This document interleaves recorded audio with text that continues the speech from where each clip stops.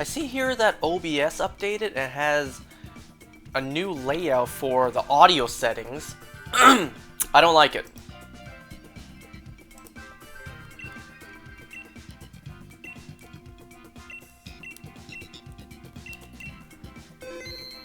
Okay, well, let's continue.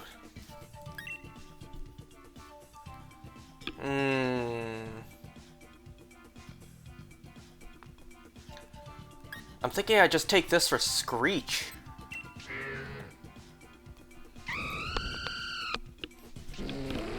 So, let's see. I thought about something just before starting this. Like, just before starting this. Honestly, it would kind of be a shame if I were to get Shiny Heatran tonight. Just because my subscription to Pokemon Home ran out. And I didn't buy it. I didn't refresh it today.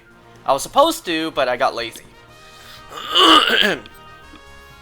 That's a Sandaconda. What is that? That's a Nidoqueen.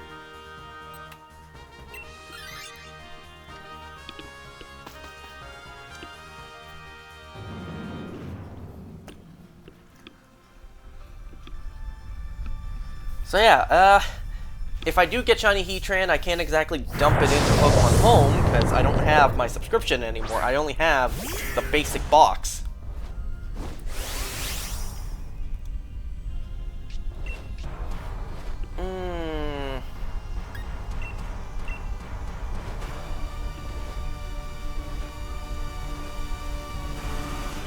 Okay, Screech landed. Nice.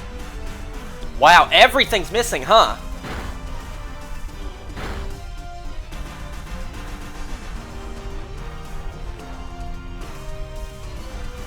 Yeah, I was supposed to refresh my Pokemon Home subscription today, but then I got lazy. But I did recklessly spend even more money, because on the Nintendo Store, they actually had 3 of the new Monster Hunter amiibos available to purchase. I was actually supposed to purchase them like end of last week. But then I kind of went over my credit card limit, and then took a couple business days for it to get paid off. Nothing gets deleted, right? It better not. I don't think so. If it does, then I may quit Pokemon altogether. No, I probably won't. It would just suck, because my entire living dex is in Pokemon Home. But thankfully, I don't really store shinies in Pokemon Home, at least not yet. Once I get that many shinies, and I run out of space, then I'll put them all in Pokemon Home. That has always been a nightmare for me. Really. What? A company taking your money, and if you stop giving them money, they get rid of everything you worked hard for? No. Who would ever? Losing your Pokemon from a stupid subscription is crazy.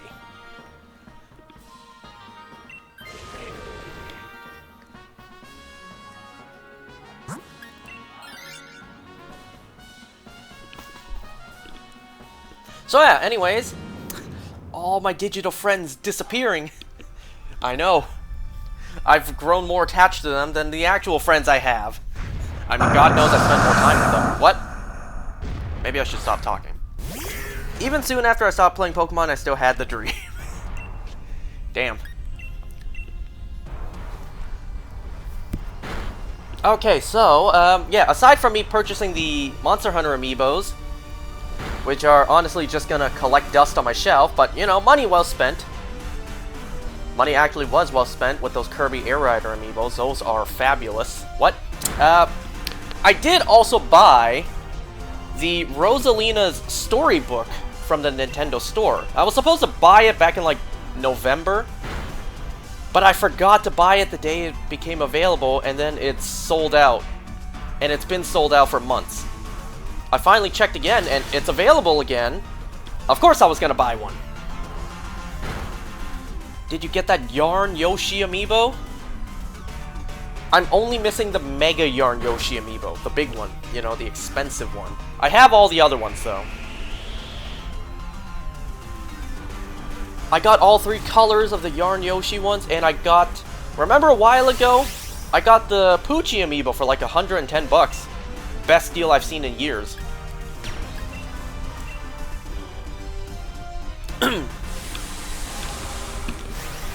So anyways, speaking of something that happened a while ago, earlier tonight during dinner, my dad randomly turns to me and tells me, "Son, I took a class, and I went to the first lesson today."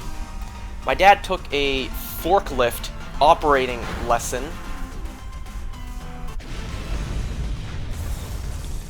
Like, he said it's like, what, 3 classes, and then you get certified. Good for him. I already know he wants me to do it. He wants me to do everything, which I don't hold against him. It is annoying, but, you know, I don't hold it against him. He just wants what's best for me, you know? He just wants me to take more classes, be certified for more things. It's like, yeah, I get it. But anyways, yeah, he took that, not me. And then he also continues to speak. Hold on, let's see. I think that's a Luxray? No, that's a Manectric. And this is a Boltund. Items or healing? Items or healing? I'll choose items.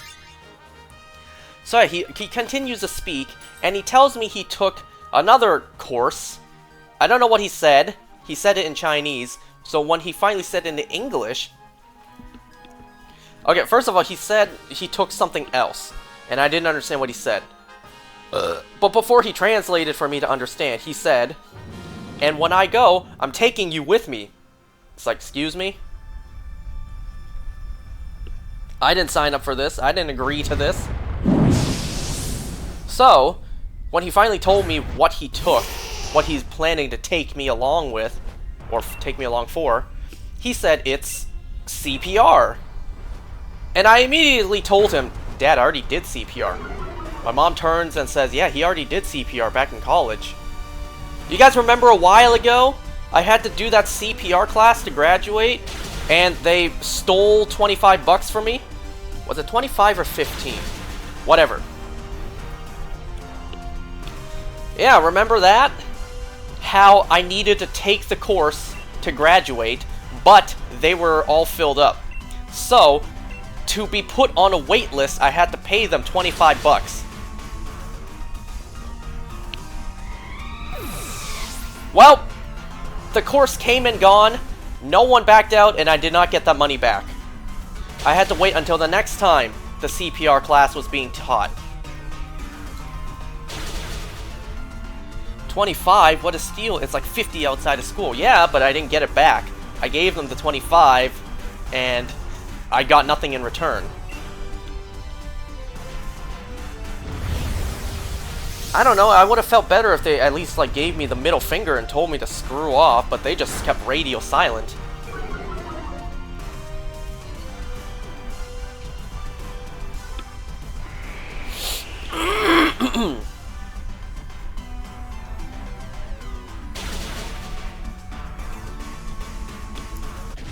So yeah, he not taking me to no damn CPR class. I'm not wasting a day of my life like that. I already did that.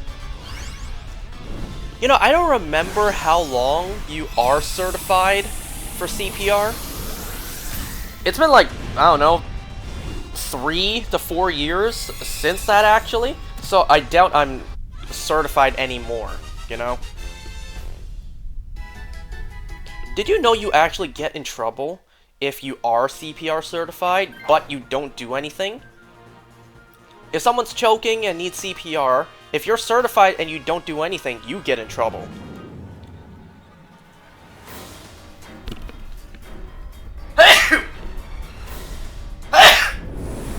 So God forbid if I ever am in a restaurant, someone else is choking, and I don't do anything, I get in trouble for that.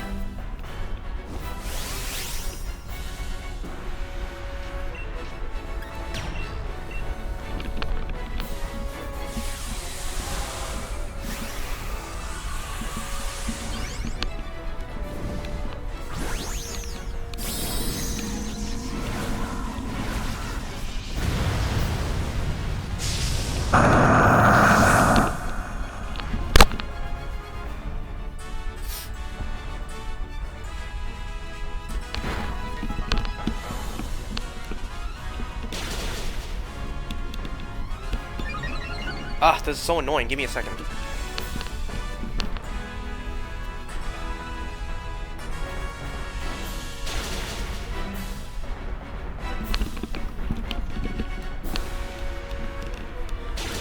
Okay, ignore all that. Bitch, do something, you know how?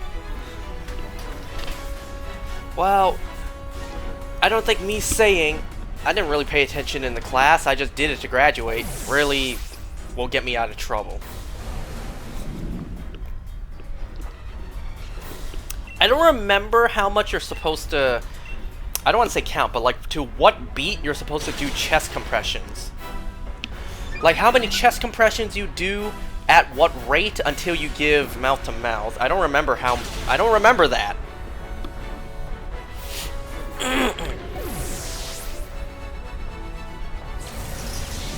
Obviously, we all know we do chest compressions to staying alive, and I actually lost this round. How crazy is that? We even Dynamax first turn.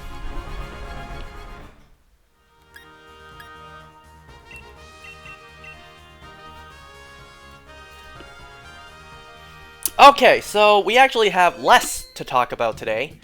No Oshinoko, because there's no new episode yet. I believe a new episode's coming out tomorrow. And you know what else is coming tomorrow? The season premiere of Invincible Season 4. So obviously that means we're not going to be talking about it right now. You're welcome. I hope you like how everything has turned out.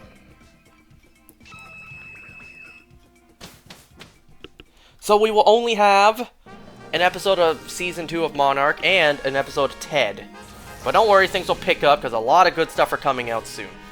Ready or Not 2 is coming out this Friday. But I'll probably watch it around like Tuesday, unless my friends want to go the day it comes out.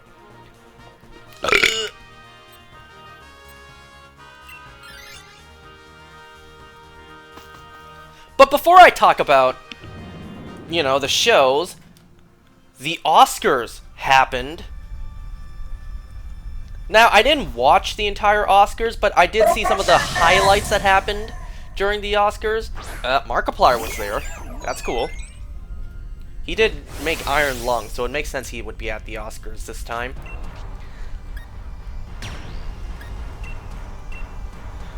So, a couple of highlights I saw. Let's see, there was a brain rot segment for the Oscars, which I cannot believe they actually did. At least I think they did that. Like I said, I didn't watch the Oscars, like, fully. So I don't know if that was AI generated or not.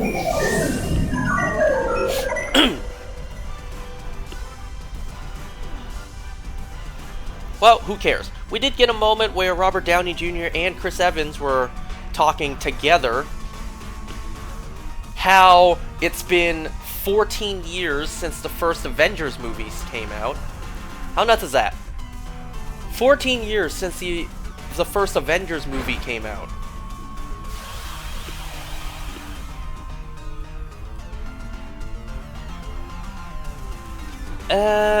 And of course, the fact that K-pop Demon Hunters kind of got disrespected during the ceremony.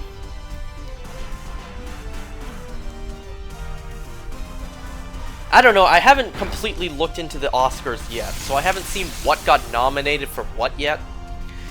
But the general consensus I'm seeing online is people don't like the Oscars. The Oscars are very stinky.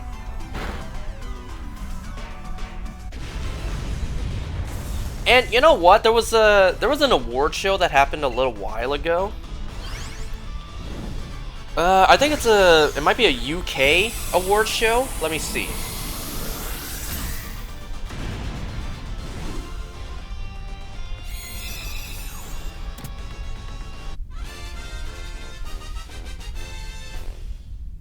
The BAFTA. Is it? Yeah, the BAFTA. The BAFTA happened more than 2 weeks ago.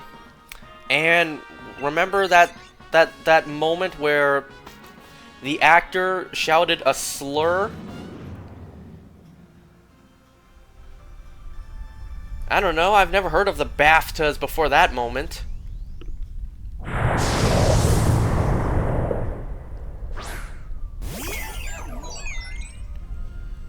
Yeah, from what I see online, people are not fans of, these award shows. Man, it's pointless for me to do Rain Dance. The moment Sandaconda gets hit, Sand Split will happen.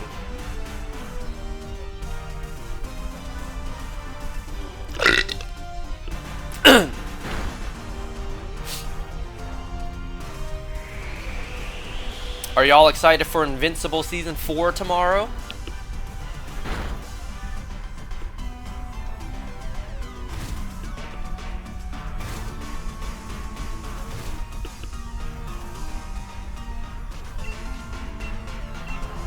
I'm hoping this season will be better than Season 3. Not that Season 3 was bad, but, you know, people were complaining about the animation quality.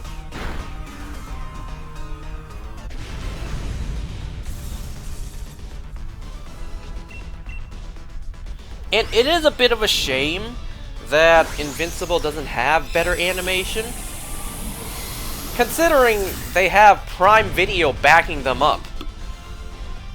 We all know that Bezos is gold rich. He can definitely pour some in if he wanted to, but he doesn't.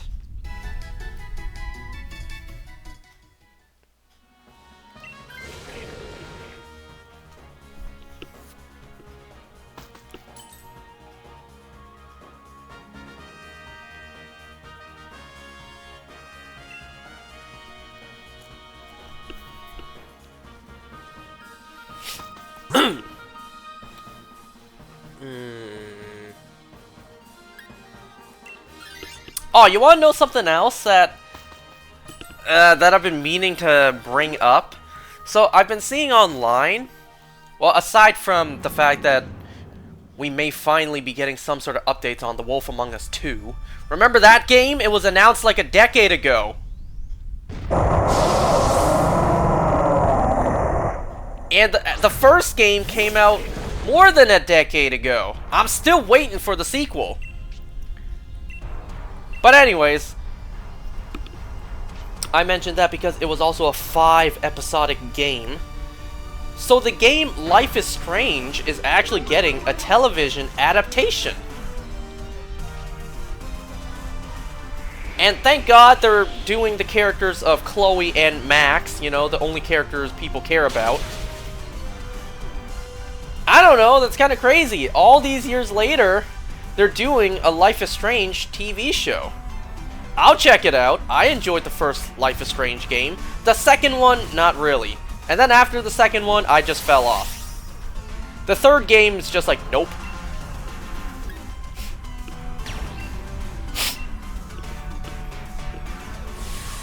Not saying the third game was bad.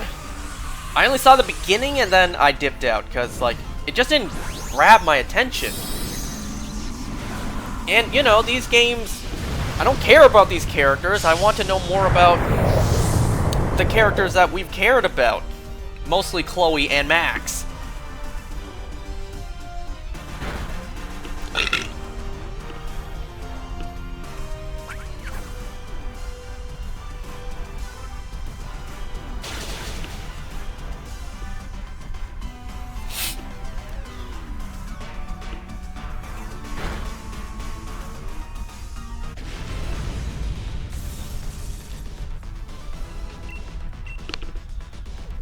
So let's see here.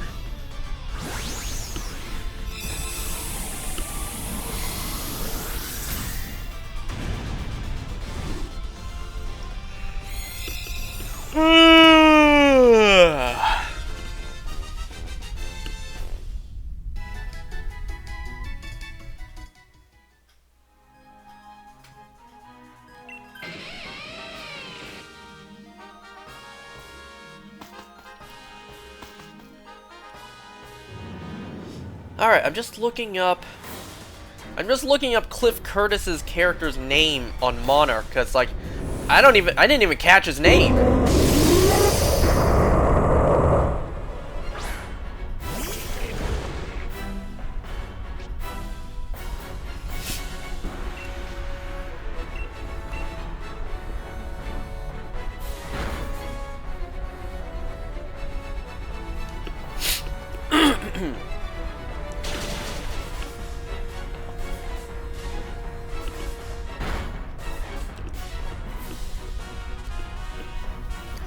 You know, I didn't really do much today. I just stayed home, watched the shows. I took like an hour nap. Man, I went to bed early last night. Yesterday I got barely any sleep, and then I barely ate anything until dinner. Man, I hopped into bed at like, I don't know, 12:30. I probably could have gone to bed earlier. I woke up at around like, I think 7:30 to pee, and then I went back to bed until like 10:30. So, you know, like around 10 hours of sleep. That's good. That's nice.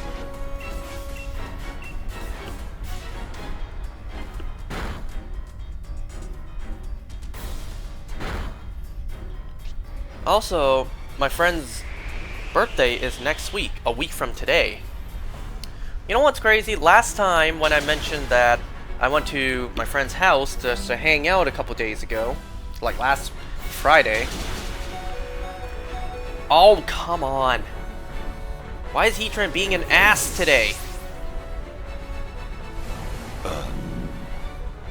You know, I was asked, like, who in this room is your best friend? And I'm just like, oh man, why you ask me this? Because whoever I say, the rest are going to be offended. And then, since I know him, I knew him for the longest. You know, since first grade, that's over 20 years. Can you believe that? 20 years ago. First grade was over 20 years ago for me. Wait, has it been 20 years?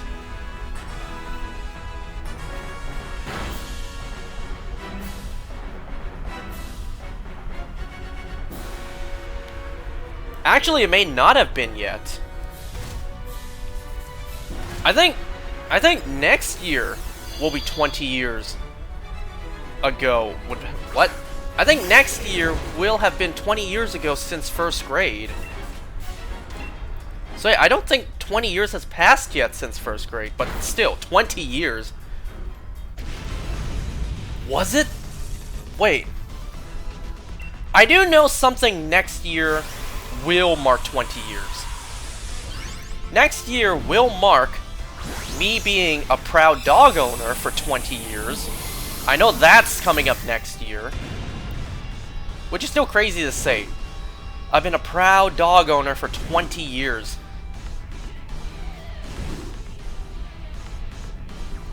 I know this to be a fact because Billy was born in 2007.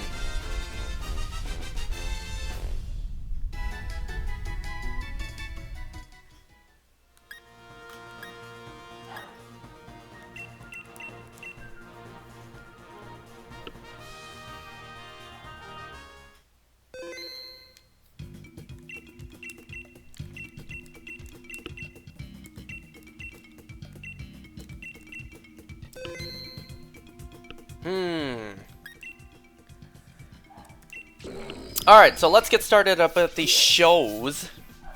So we only have 2 to go over today.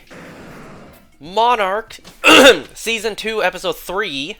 Episode 4 isn't out yet, as of this moment. I need to look into it. I need to look up and see if Episode 4 will be out by the next time I do this. It might not be, actually. But I do know Oshinoko and Invincible will be, because those premiere tomorrow.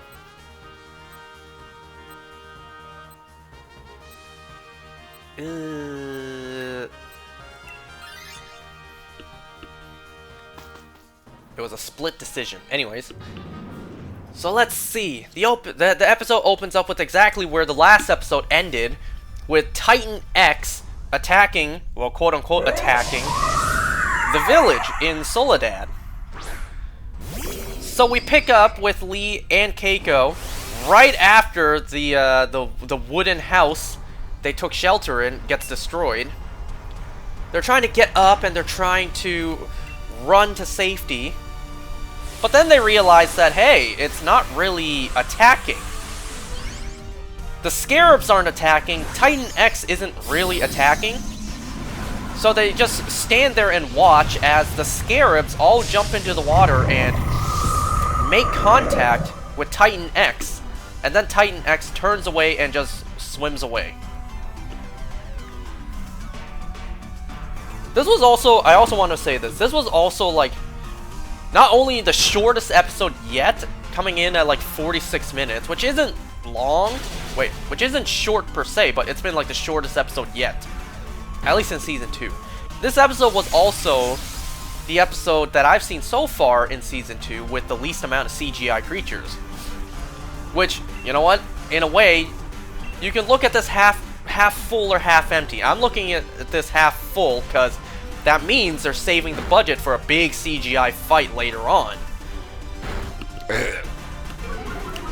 But I know idiots online are gonna complain, oh, where's all the CGI monsters? You know, where's my big CGI fight scene? I don't want to watch these human characters. Y'all gotta look at the big picture. Y'all gotta keep in mind what they're doing, what they're saving for later on, the big payoff. So anyways, yeah. Titan X leaves with all of its scarabs, and then as Titan X is turning around and leaving, Keiko pulls out her camera and takes a picture, takes a couple of pictures. But the locals, they're not very happy about this because they worship Titan X like a god, and they want Titan X to be their widow's secret. So the villagers surround them. They demand the camera because they want to keep Titan X a secret. But of course, Keiko, she doesn't want to give up the camera. She thinks that this is big news. This is research worthy. So as Lee tries to protect her, and as the villagers are closing in to get their hands on the camera, one of the villagers, pulls out a blade, and while Keiko and Lee aren't looking, he slashes Keiko's arm, trying to get the camera. But then Lee, because he's a, trained soldier, he's able to disarm the guy, get the advantage, get the blade for himself, and hold him at a choke point. Oh no, wait. Hold him at knife point to the neck. But because these guys, they already want them dead, and if he kills one of the locals, they're not making out they're alive, they decide to book it. Run. Alright, and that's the opening. Let's see, back in present day, our characters are dropped off in Tokyo, Japan, and Kate is actually leaving the group. She wants to head back home because, once again, she feels immense guilt for being responsible for unleashing Titan X onto the world. May follows her, tries to stop her, but, Kate, she's set on her way. She's leaving, she's heading back home. Meanwhile, inside Monarch Outpost 18, the ship, they're holding a meeting to see exactly what to do to deal with Titan X. They come up with a plan. Maybe they can use... Wait, no. Instead of waiting for Titan X to show up again, what if we use some bait and lure Titan X to where they want it to be? How exactly can they do that? Well, Hiroshi has a device back in his workshop in Shibuya, Japan. If they can get to it, he may be able to reconfigure it to emit the exact same frequency that the Scarab emitted. Because the last episode... I'll take this, actually. The last episode, Titan X wasn't heading towards the ship to attack. It was heading back because the Scarab unleashed this really powerful frequency. So, okay, here's the plan. Go to Shibuya, Japan. Go to Hiroshi's workshop, get that device, and get it working. But at the same time, Tim is called to the main control area for the ship, where Cliff Curtis shows up. I know him from Fear the Walking Dead, and what other projects was he in? Well, first of all, his character is Jason Trissop. I don't know. Cliff is playing this role with a pretty heavy accent, so it was hard for me to even hear what he was saying at all.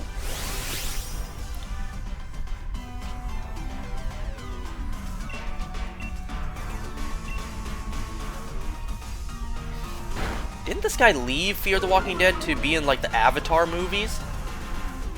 You know what? I can't blame him. He got killed off at the beginning of Season 3, and after Season 3, it was all downhill. Season 4 onward for Fear the Walking Dead was all downhill. Sure, Season 6 was okay, but that doesn't excuse Seasons 4 to 8 being pretty bad.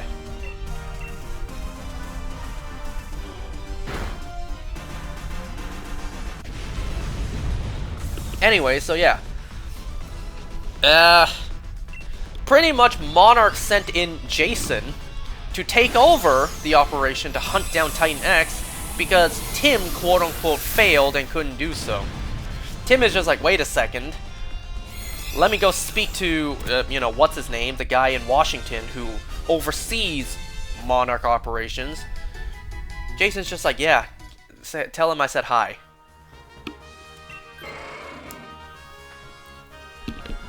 So, yeah, whatever this character's name is, I don't think we learned his name yet, like the director of Monarch or whatnot, he's basically telling Tim that Titan X is a pretty big threat, we gotta take care of this. And you know, you had to make a call. You made the call that saving those ships, yes, you did the right thing, but unfortunately, despite doing the right thing, in doing so, you kind of let Titan X get away. So, I've appointed Jason from Apex to be in charge now. So Tim is pretty pissed off. But, you know, Tim still has to follow his orders. So, the director, what's his name, is just like, alright, let me make it clear. You are to apprehend and bring in Keiko Randa and Lee Shaw immediately. And I trust this time your orders did not come in muffled. Because remember, he kind of disobeyed orders last episode to not arrest Lee Shaw. Okay, so Lee and Keiko are kind of wanted fugitives because of this. Well, not really yet. Because Tim, he's not going to stand for this. Instead, he helps them go to Shibuya, Japan, because they're close enough to dock, apparently. Either, I don't remember where Skull Island is. Either Skull Island is very close to Japan, or they were sailing for quite a while. But yeah, Tim, he brings them to another life raft. Like, geez, how many life rafts does this ship have? He brings them to a life raft and pretty much tells them, go to Shibuya, Japan, grab Hiroshi's device, get it to work, and get it back here. You know? But because of this, you're going to be wanted fugitives. So yeah, they sail to Shibuya, like main Shibuya. You know the settings. I mentioned Persona 5, you know exactly where they are. Keiko, she's a little disoriented because she hasn't been to Japan in what, like 50 years? And everything's different to her. It's a very Captain America in Times Square moment. Anyway, so they see on the big Jumbotron that it's already public news. No, not Titan X. It's already been reported that, hey, there are wanted fugitives on the loose. Leland Shaw and Keiko Randa. Which, given how crowded it was, given how big of a crowd they were in the middle of, I don't know, it's kind of hard in Japan to miss an elderly white man walking around.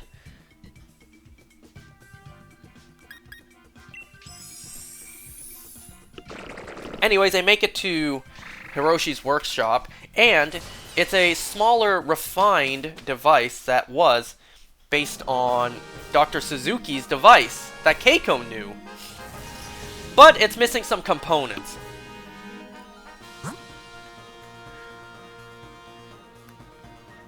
Let's see, so Hiroshi and Kentaro, they will go do what they need to do. I don't even think we saw what they needed to do.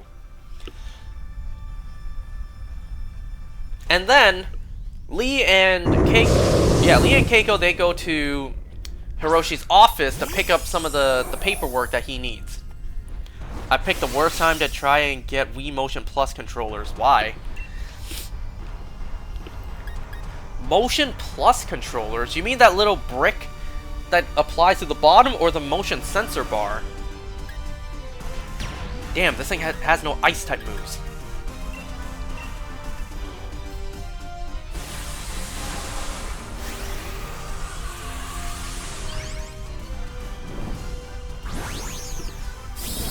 Okay, so, flashing back, they're still in 1957, by the way. So, 1957, they're running from the crowd. I suppose this island is bigger than it looks, because they're in a forest in the middle of the night. These villagers literally have torches hunting them down. I don't think they had pitchforks. So, they're running, and Lee decides, alright, drop the camera, leave the camera behind, but take the film.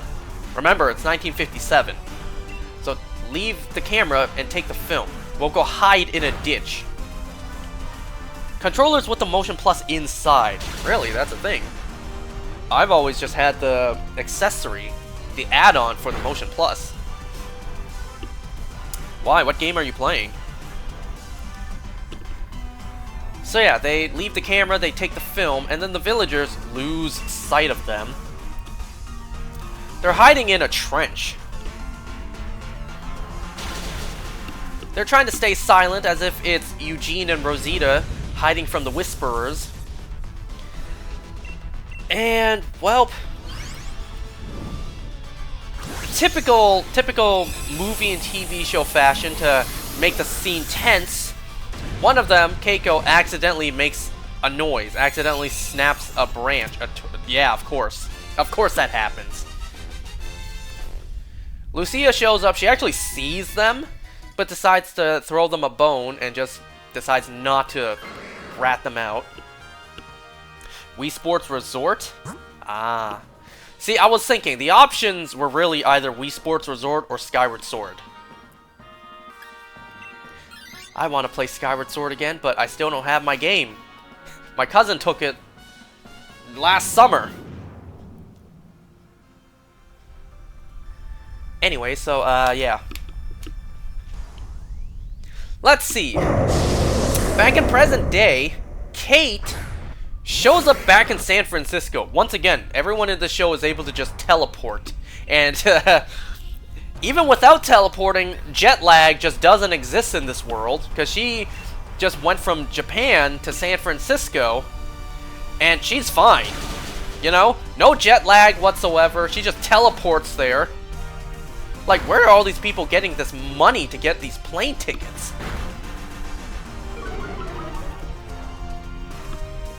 Anyway, so, Kate flies all the way back to San Francisco, and she goes to her mother's home. You gotta keep in mind, Kate disappeared for 2 years. And in that 2 years, first of all, Kate just lets herself in. I guess she has a key to this place, because it looks like this is James's home. It doesn't look like it's Kate's mother's home anymore. So I'm gonna forgive the fact that Kate knows where this place is. But the fact that she has a key to the place, it's kind of hard to believe. Whatever. She just lets herself in, and on the wall she sees what looks like wedding pictures between Kate's mother and James. Yeah, 2 years has passed. Oh, speaking of 2 years has passed, during the meeting on Outpost 18, Tim mentioned that Godzilla happened 3 years ago. And that is actually correct. The Godzilla movie was in 2014, and the show should now be in 2017. So 3 years ago, Godzilla happened. That actually is correct. Wow, good job to the writers for keeping consistent continuity. Anyway, so yeah, Kate sees her mother again. She has what looks like lunch with her mother and James, which I also gotta say, James looks about like 20 years younger than Kate's mother. I guess he likes him old. I guess he likes older women like a certain other Persona character we know about. But yeah, I just find that really weird. James looks about 20 years younger than Kate's mother. God damn it, Palpito just had to be swapped out.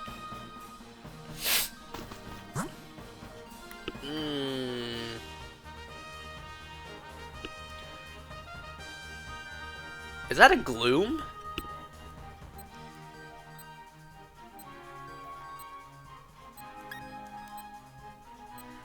I forget, does Lickitung have Surf or any sort of water move?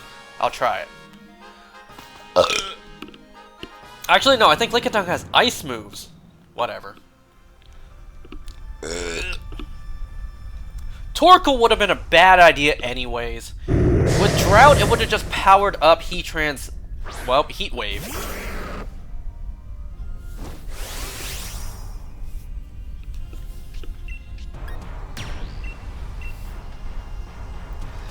Alright, so Kate's mother actually suggested that Kate meets up with her old teacher friends. You know, because remember, Kate used to be a teacher. And she kinda agrees. We'll follow with her later on.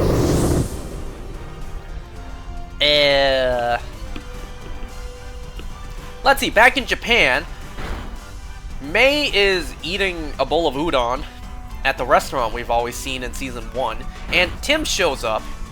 He actually has a proposition for Mei. He tells her about the fact that Apex, they're up to something. They're up to something sketchy. So what Tim wants is for Mei to get a job for Apex and be a mole. Remember, she has pretty bad history with Apex and Brenda. But how is Mei going to get a job at Apex? Well, how did she get a job last time? It's because she has something they need or they want. Let's see here. So back in the past, Lee and Keiko, they actually take shelter in like a little fishing cabin that they find, luckily. And even more luckily, you know, since Lee has to treat Keiko's wound, her cut wound on her arm, which I'm also curious, because this is 1957, I wonder if they planned this ahead.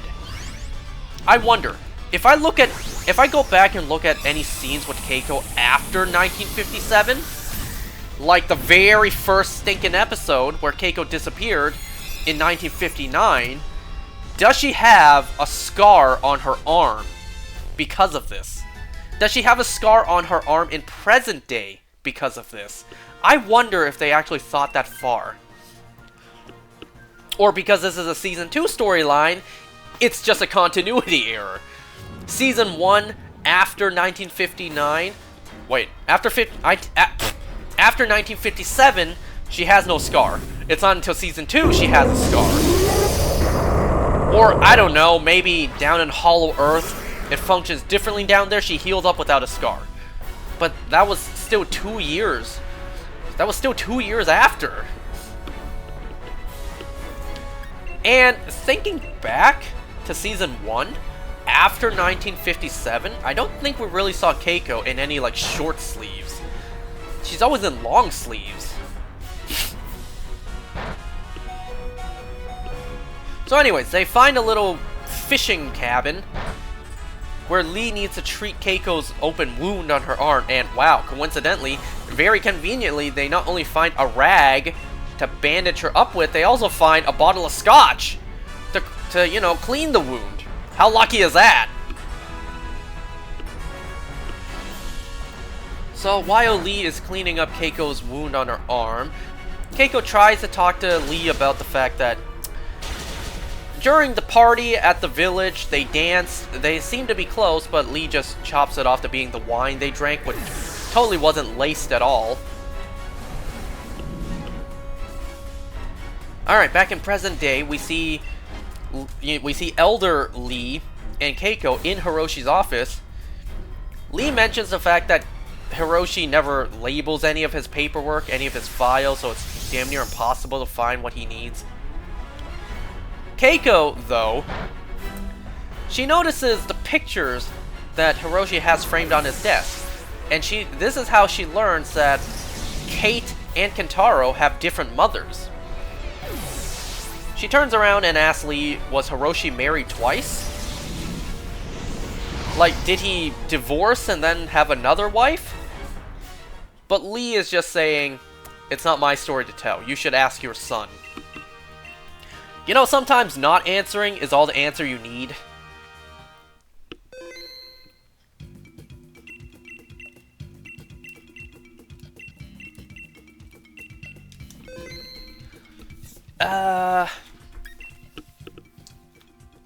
Over at San Francisco, Kate, you know, is all dressed up, hair done, sexy. She's about to meet up with her old teacher friends at a restaurant, but then she decides, nah, I don't really want to. So instead she goes to a bar, a nightclub, a bar to drink, and she actually meets up with whatever her name is. It's the woman that she cheated on her girlfriend with back in Season 1. Damn, just before they were about to move in together too. So they drink, they dance, but then there's actually a Titan alert being broadcasted on the news, on everyone's phone. There's a Titan alert. Well, actually, no, that hasn't happened yet, actually. I'm getting a little too ahead. Anyway, so, May does meet up with Brenda, I think in San Francisco? I don't remember. I don't think they labeled where May was to meet up with Brenda, but it looked pretty American. So either May also flew all the way to San Francisco, because remember, the AET, now Apex, headquarters was back in San Francisco. So I think May flew back to San Francisco. Again, everyone in the show is just able to teleport. You know how long a flight from Japan to San Francisco is? So she meets up with Brenda, and unbelievably, Brenda gives her another chance. Stupid, but whatever. And Brenda... Wait, no, not Brenda. And May, while working, yeah, she digs around. She looks up the camera system or whatever for that Apex has. She knows that Lee, Keiko, Hiroshi, Kentaro, they're all technically fugitives now.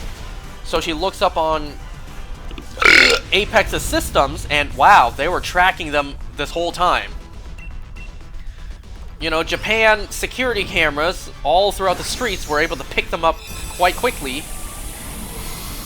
She actually gets a warning text from Tim, like, please be careful. But yeah, she realizes that Apex has been watching them the whole time. So she looks through the files that Apex has, and wow, I guess the systems update immediately. Because she sees that Apex has body cam footage of Hiroshi's workshop. They followed Hiroshi and the rest of them to his workshop, and they have eyes on the device. So May really quickly texts a group chat, which is actually labeled The Goonies. That's actually a funny Easter egg to Season 1 when Tim mentioned The Goonies, but whatever. And then our characters, oh shit, they realized that their device has been taken.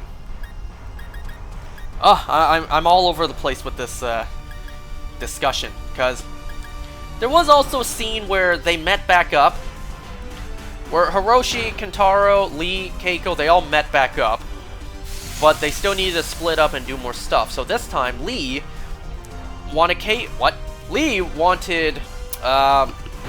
Kentaro to go with him. That way he can give Keiko and Hiroshi time to talk. So Keiko and Hiroshi are alone. Keiko wants to know about...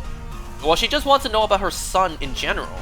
He wants to know about his life, what he's like, his family. Did you divorce and remarry?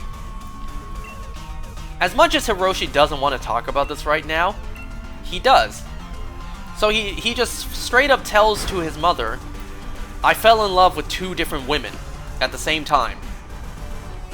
Instead of listening to my mind, I listened to my heart. I don't expect you to understand.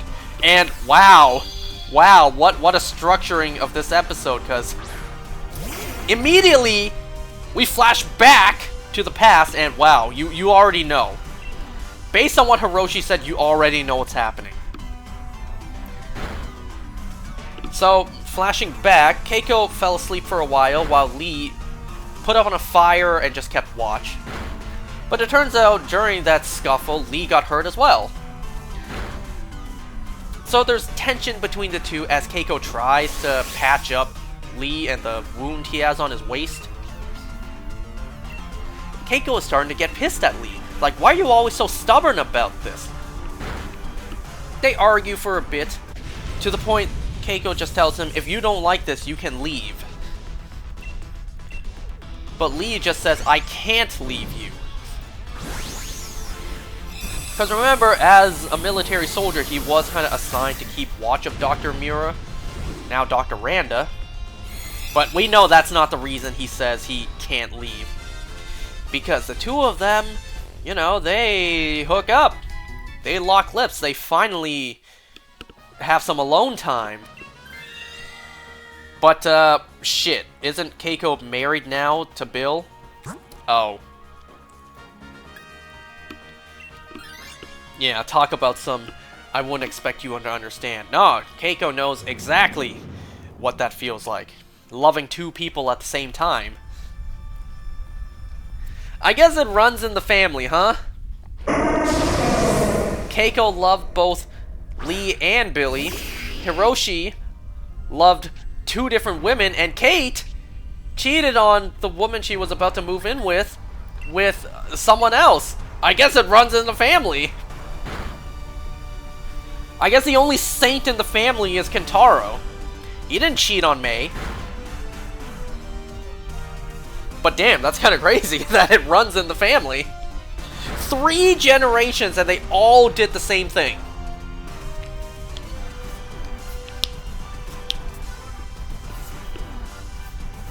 Anyways, that was a scene that happened before. Now, May found out about Apex discovering the device and then they head back.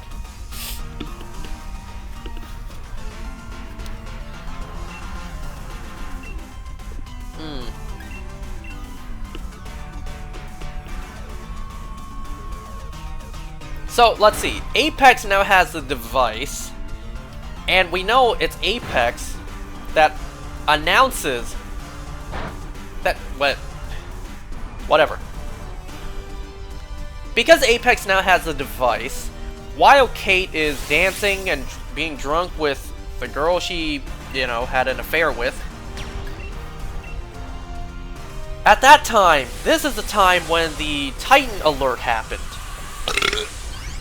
And the world now knows about Titan X. Also, one more thing about this episode, the naming for these creatures just came out of nowhere.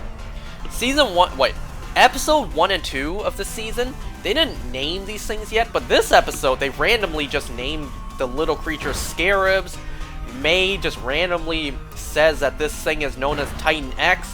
Like, where did they get these names from? There was not a scene where they're just like, what do we call this thing? Well, there's no designated name, so let's just call this thing Titan X. There's no scene where they came up with the names for these things. May just randomly calls this thing Titan X, and Keiko randomly names these things Scarabs. I don't know, I just found that weird. They never really discuss how they came to name these things. Anyway, so, you know, there's a panic. There's a newly detected Titan near the coast of San Francisco. So everyone needs to run and take shelter, but Kate, she refuses. You know, drunkenly shouting, "It's my fault," to where the woman she was with a very ugly haircut, It's just saying, Kate, you need help. But Kate, she does anything but go and get help, because now she's just drunkenly wandering around. She's wandering towards the red zone. She sees put up on the fence a bunch of missing posters, a bunch of signs saying, have you seen my kid? A bunch of pictures of people missing from G-Day that happened 3 days ago. And then, you know, Kate is having flashbacks to everything that she's been through. She wanders into the red zone, and she looks at the destroyed Golden Gate Bridge. She's just thinking to herself, you know, that she unleashed Titan X. This could happen again, and if it does happen again, it's her fault. The next time there are missing posters put up, it's because of her. The next time a landmark like the Golden Gate Bridge gets destroyed, it'll be her fault. That's what's going through her head.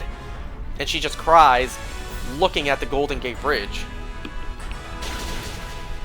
So, back in Japan, after May informed them that Apex was there and took the device, everyone's a little on edge. Hiroshi just walks out, wondering what to do. Keiko tries to comfort her son, telling him that, you know, we'll build it again. But Hiroshi claims that it took him 6 years to build that. And even with help, even with more advanced technology now, they don't have the time, they don't even have the funding. Titan X could kill thousands before they have another one ready. And then they speak in Japanese, where Hiroshi reveals that he never saw his father again. Bill Randa, he never saw him again. After the age of 11. So, poor Hiroshi lost his mother, lost his Uncle Lee, and then at the age of 11 lost his father as well. Lost as in never saw him again.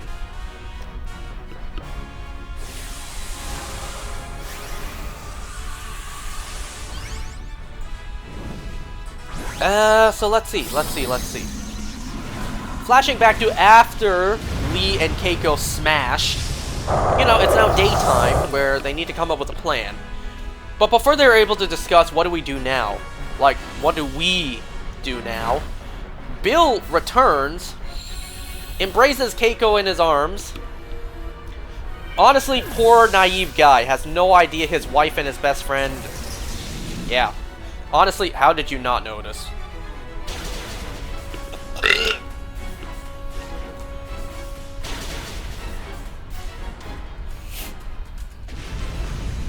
Another flashback scene.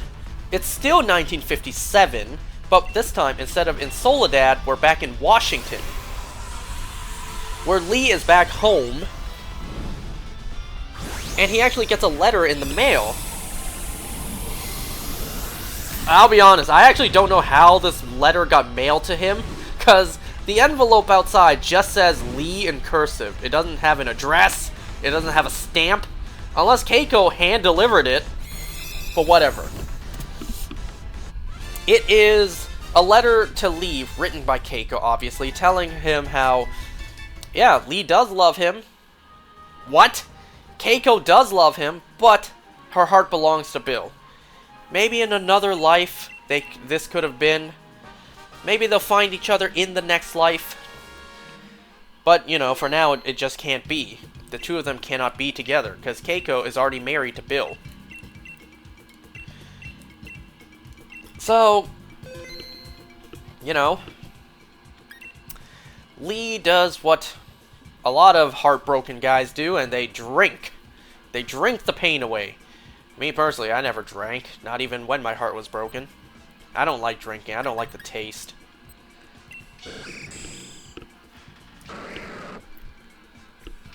So, you know, that letter that Lee got in 1957, that's important.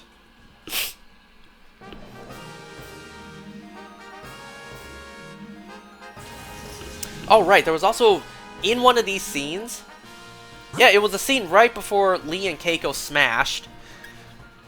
When Keiko is trying to clean up Lee's wound on his waist, Keiko just says, "Give me your knife." And he does. It's the same knife that he is eventually going to give Hiroshi. And then, you know, Hiroshi will return it 20 years later. Nice little nod there, nice little detail.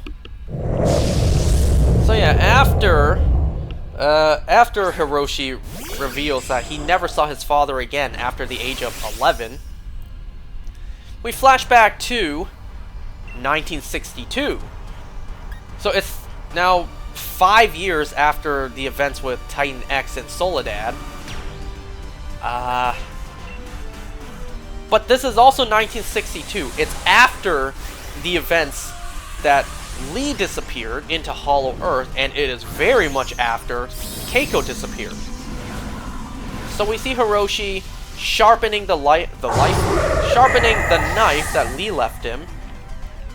You know, poor Hiroshi. He claims he misses his Uncle Lee and his mother. And Bill is just left to raise his son. He offers Hiroshi, like, "Here, I'll clean this up. Why don't you go eat, pour yourself a glass of milk. I'll clean this up for you." So Hiroshi leaves. Bill cleans up his son's mess.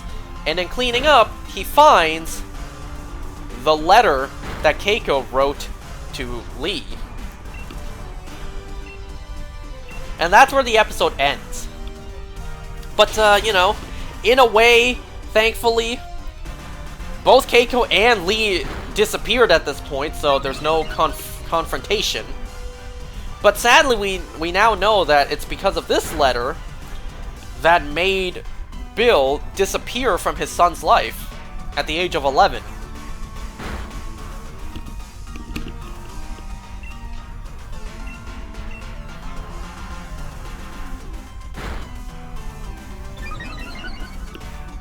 It was a pretty solid episode, honestly. A lot of plot moving forward, not that much CGI in it. Which is fine, We're gonna have a good payoff at the end, at least we better. Seeing both Godzilla and Kong take down Titan X, it better be awesome.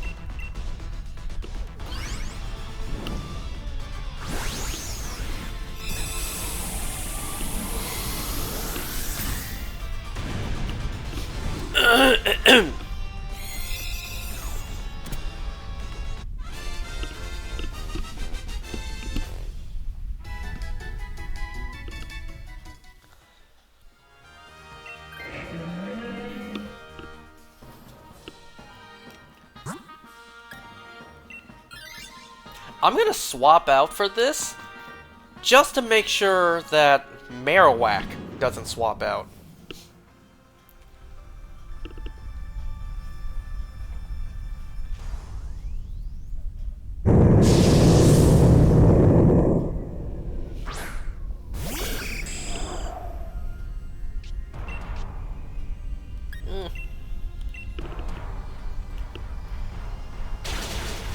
You know, I finally got my Switch 2. Finally. And I don't know when I'm actually going to open it. Because at the moment, I don't have any games to play on it. No Shaman Feeding did suggest Pokopia. But I'll be honest, I don't know how much of that game I'm actually going to play if I do get it. Because I'm probably not going to play it on my own time, just because, well, I'll probably spend that time shiny hunting, because I still haven't gotten a shiny starter in Fire Red yet.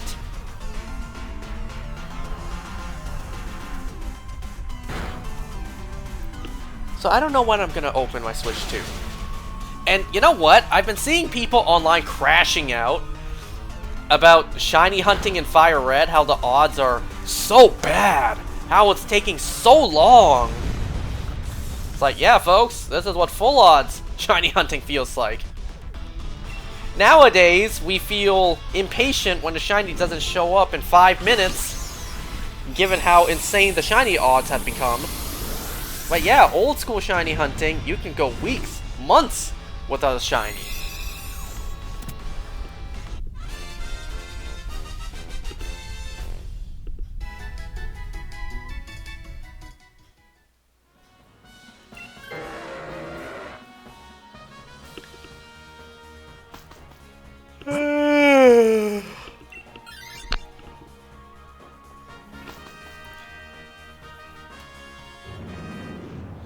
Lurking, but it is insane seeing the shiny complaints.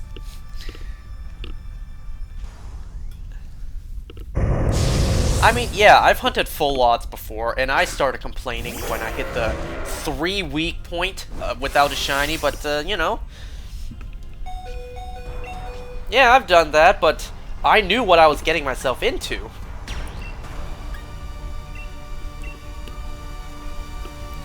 But right now, I'm not complaining. Sure, it's been several weeks since I've started shiny hunting for a Charmander in Fire Red, but I'm not complaining. You know why? Because if I'm not hunting for that, then what else am I going to do?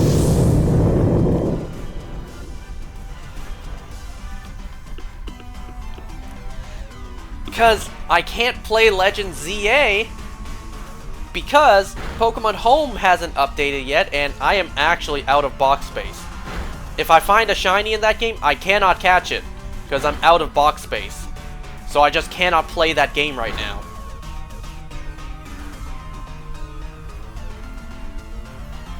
So in the meantime, a nice long shiny hunt is just what the doctor ordered. That's when the shiny actually means something though, and yeah, I didn't mean you. Oh no, I meant me. I know you didn't mean me, but yeah, I'm not complaining right now. I complained in the past, doing full odds hunts and it taking so long. But right now it's like, you know, a long hunt, not a big deal. I got nothing else to do in the meantime anyways.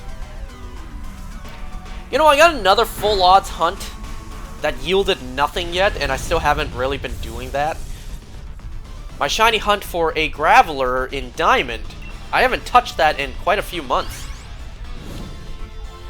I gotta get back to that at some point.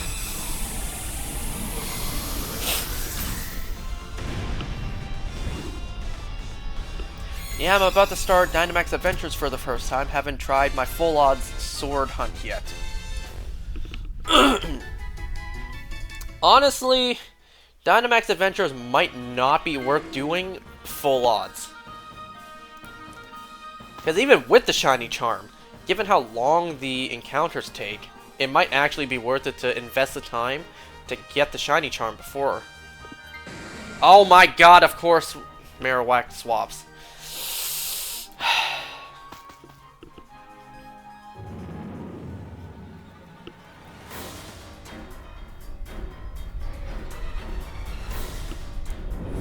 You know, it's why a living dex really helps.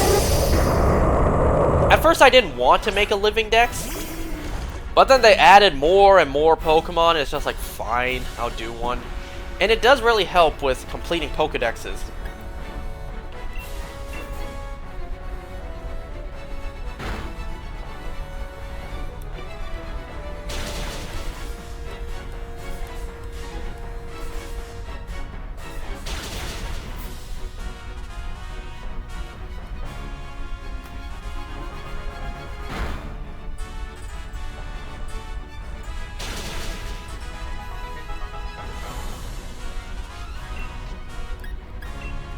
Not time to Dynamax yet.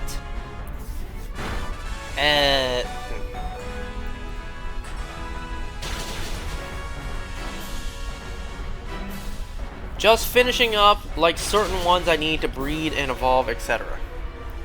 That's good. You know, the shiny charm, you have to do, I think, the first 7 gyms before you can get it. Or maybe it's the first 6, and then you go to the 7th city, and that's when you can get the shiny charm.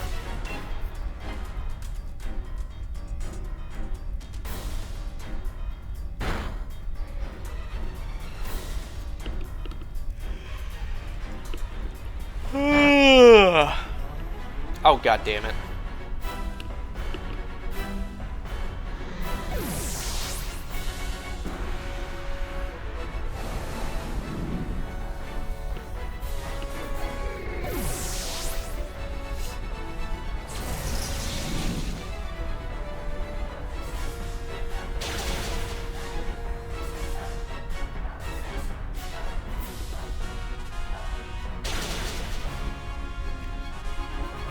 How many DA shinies have I gotten? Tons. Lots and lots and lots. Too many to count. I'm not kidding, they're all in this game. I can show you afterwards. I don't remember exactly which ones are Dynamax Adventures, which ones are not. Although the levels will show.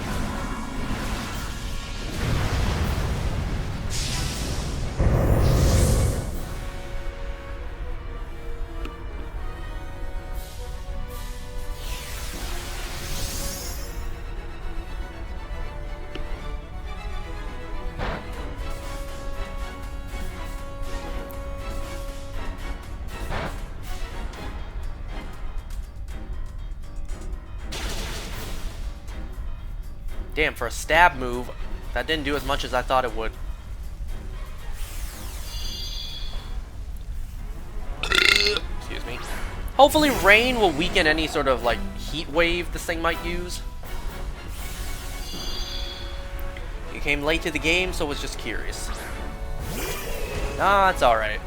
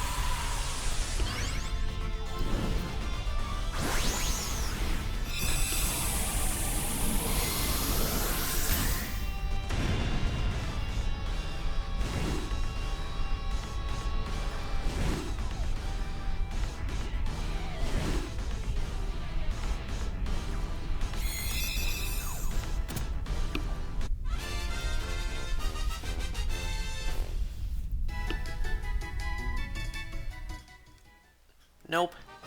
Nope. Nope. No. You know, there seems to be no Walking Dead content this year. I don't think Dead City Season 3 is going to premiere this year. I heard it was delayed. Okay, let's take a look. Okay, so not these ones. Not the Spritzies. Okay, starting here, these are my shinies, and I put in all my shinies into this game. Ignore all the empty spaces. Yeah, these are all the shinies I have. Majority of these are from Dynamax Adventures. Majority. Well, not those ones. Why did I put everything into this game? Well, to... Oops. Oops. Yeah, to hold a bunch of Dynite ore.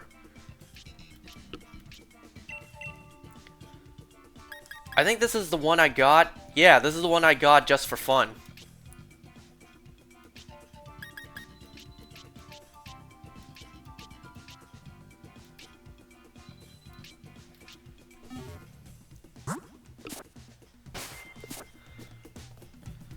Welcome, folks. Welcome. More than I've got. Definitely want the Zygarde eventually. Best of luck to you. It's regarded as the most difficult hunt in this game. Or, you know, in Dynamax Adventures. I've lost count how many Zygardes I've gotten now. I think 4?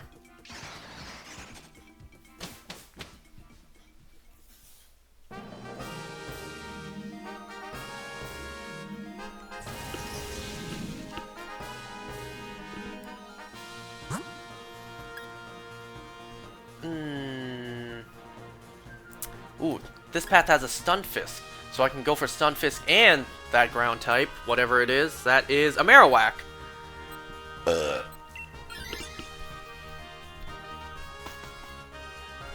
My majority is from Go and Scarlet and Violet, so not counting ZA. Some not counting ZA.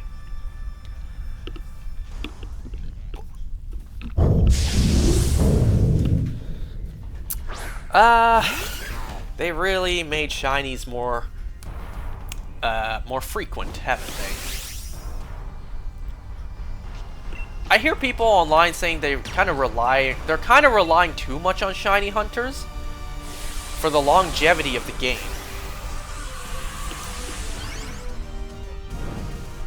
Because honestly, what else are you gonna do in these games after you're done?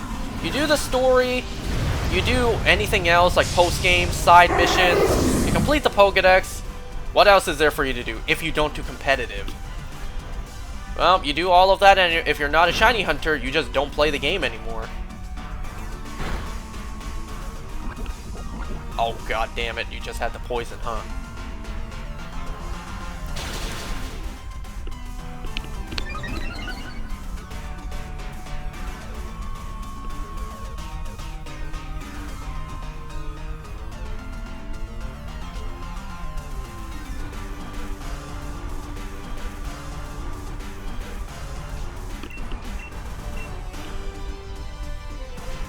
But how long do they realistically expect it to last? It does have replayability if you enjoy it, I guess.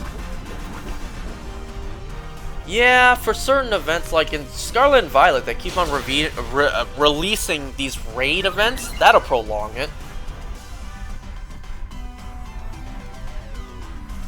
But, you know, that's more modern Pokemon. With, like... Remember when Sword and Shield had these Dynamax events? Scarlet and Violet had the Terror Raid events, but imagine in the past, without these sort of things.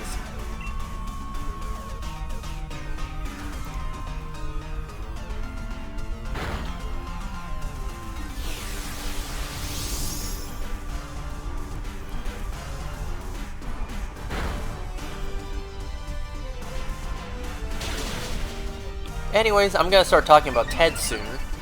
Episode 5...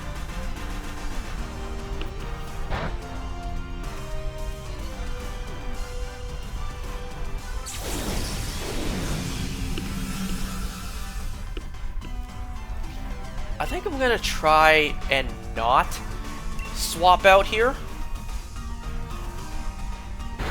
I'm gonna try to swap out for Stun Fist. That way I can at least have Stab ground move.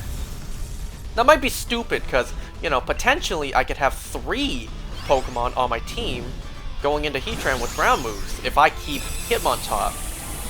But I'm not gonna bank on that happening. I missed those unfortunately, but got lucky and trade for home stamped Zeraora. I'm kind of debating, do I want to put Zeraora into ZA for Shiny Mega?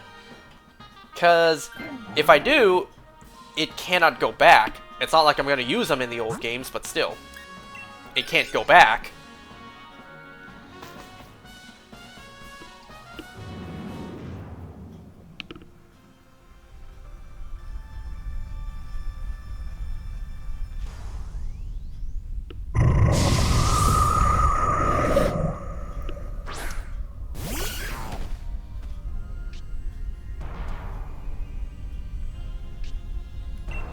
Am I just now realizing Hitmontop has a tail?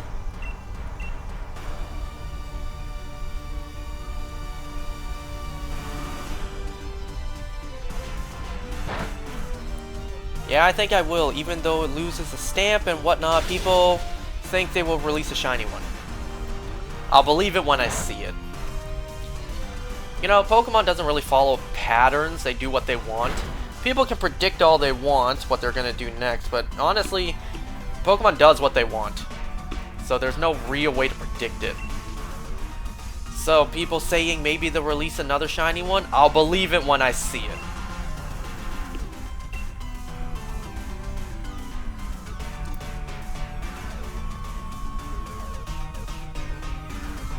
Wow!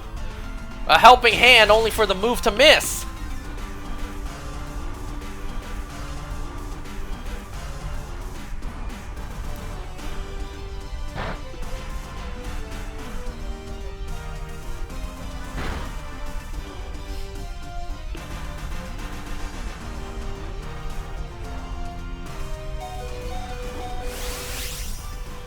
Am I winning?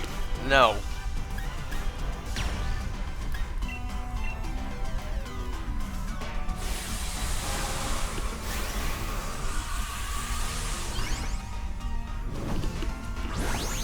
Anyway, so let's finally go over Ted, episode 5. I'm not gonna lie, this episode, the storyline, the pacing was, in my opinion, a little bit of a mess, at least compared to the other episodes so far. It actually was kind of structured like a Family Guy episode. Typical Family Guy episodes have a story to begin with, and then it transitions to a whole different story, sometimes a third one. That's one big-ass pancake.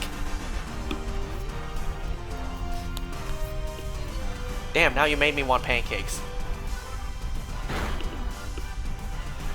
Oh, speaking of Family Guy, did you guys hear that we're getting a Stewie spin-off? A spin-off show solely focused on Stewie. It's already been greenlit for 2 seasons. How crazy is that? Remember the last time Family Guy had a spin-off? Yeah, the Cleveland show wasn't really well received. And then Cleveland just joined Family Guy back. Isn't that half the episode in Family Guy just Stewie? I don't know, man. We'll see. We'll see. I'll check it out. When it comes out, it's rumored to be coming out next year. We'll see. Oh, one thing I want to mention before we start with this Ted episode, I didn't realize until now that Scott Grimes, the person playing Maddie, is the voice behind Steve Smith. I didn't realize that. I mean, it makes sense. Seth MacFarlane casting his voice acting friends in his live action projects. I mean, just look at how many of the Family Guy voice actors were in the Ted movies. Or at least the first one. So yeah, Scott Grimes, you know, he voices Steve. I don't know, I didn't realize it until now. It's kind of hard for me to picture that face and Steve's voice coming out of that face. Because Steve has a very high-pitched voice. And in some moments, Steve is really hitting those high notes. And to see Scott Grimes, that voice coming out of him, it's so crazy. It's kind of like, you know, it's kind of like Chris Griffin's voice coming out of Seth Green. It's kind of strange to see it happen. You know, you just don't picture those voices coming from those faces. But yeah, Scott Grimes, the voice of Steve Smith. Anyway, so like I said, this episode is a bit of a mess. So we begin... Actually, what was that song called? That song that is a recurring gag in this episode.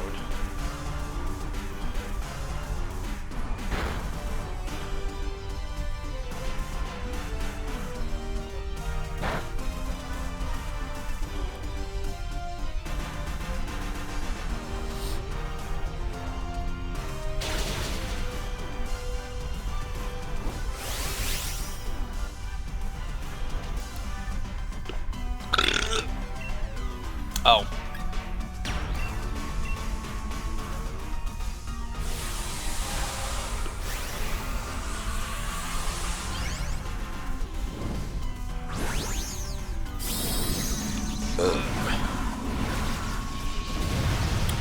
Crap, I'm trying to find it. Hold on, let me find the name of the song first.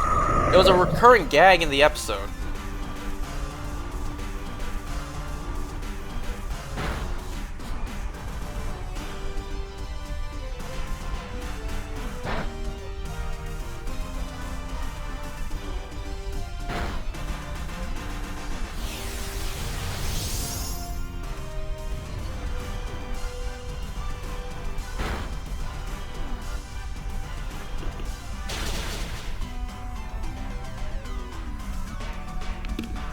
I don't know, I think the song was like Mesh Out? I don't know, I don't remember. So anyways, this episode, we actually begin, we begin with John and Ted in their room getting high while listening to Kiss. And then they mentioned some other song. I think it was called like Mesh Out. I forget what the name of the song is. How it's a song based on something else of the same title that is based on a song, so the song's not based on the thing it's based on. I don't know. It's a recurring gag in the episode. So those guys are getting high in their room. Blair, not Blair, why did I say Blair? Susan, she's in the kitchen making some brownies. She's about to plug in, well, she's plugging in the egg beater, and she blows a fuse. The house goes dark, and, well, Maddie is super pissed since he's watching TV and Blair is just sitting beside him. So Maddie is super pissed. He goes down to the basement to, you know, flip the breaker, but on the breaker, there's a big-ass spider just on the breaker. Maddie just contemplates, and he just tells the family, the breaker, it blew a fuse, it's broken, we don't have power. I'll call the person tomorrow to fix it. Look, you don't understand, that was a huge spider. That ain't worth it. That big-ass spider? Oh, hell no. So they're wondering, like, do you mean we're gonna be out of power until tomorrow, Maddie? Oh, this could be fun. Maybe we could play some board games. And Ted suggests, oh, I know. Let's circle parts of our bodies where we all think could use improvements. Anyway, so Blair, she's just like, yeah, Aunt Suze, let's actually go find the board games. So Blair and Susan go to the basement to find the board games. As they're walking down, Susan's just like, be careful, Blair. There's a gun down here somewhere, but I don't remember where it is. Yeah, that's comforting. So while Blair and Susan are down there searching for the board games, first of all, Blair just asks, why is the floor wet? Susan just replies, oh, we were supposed to get that fixed, but sometimes in the summer it gets so hot, I come down here to step on the damp, moist carpet just to cool off. So I guess they have a leak in their basement. Well, Blair, she goes over to the breaker box, notices the big spider, and she doesn't care. So she flips it back, and then the house has power again. So, yay, the house has power again. So, Blair accuses Maddie of being scared of the spider, but, you know, Maddie, with his humongous ego, he's just like, what? No, I'm not scared of a tiny little spider. Anyway, so this dude has a huge ego, so keep that in mind. To the point where Susan is kind of like a yes woman in his life, just always taking his side. Just, I don't want to say taking his abuse. He's not really abusive, you know? He's just kind of egotistic, yells at his wife sometimes, but, you know, doesn't ever hit his wife. None of that, so that's good at least. And Susan, she doesn't really seem to care. You know, she's unfazed by this. And Blair, well, she's kind of had enough. She's had enough of seeing her aunt be treated poorly by her husband, so she suggests that, hey, you guys should probably get some, like, marriage counseling. What? We don't need marriage counseling. Our marriage is fine. So Blair offers, alright, look, I saved up some money. As your Christmas gift this year, I'll pay for one session of your marriage counseling. All you gotta do is go.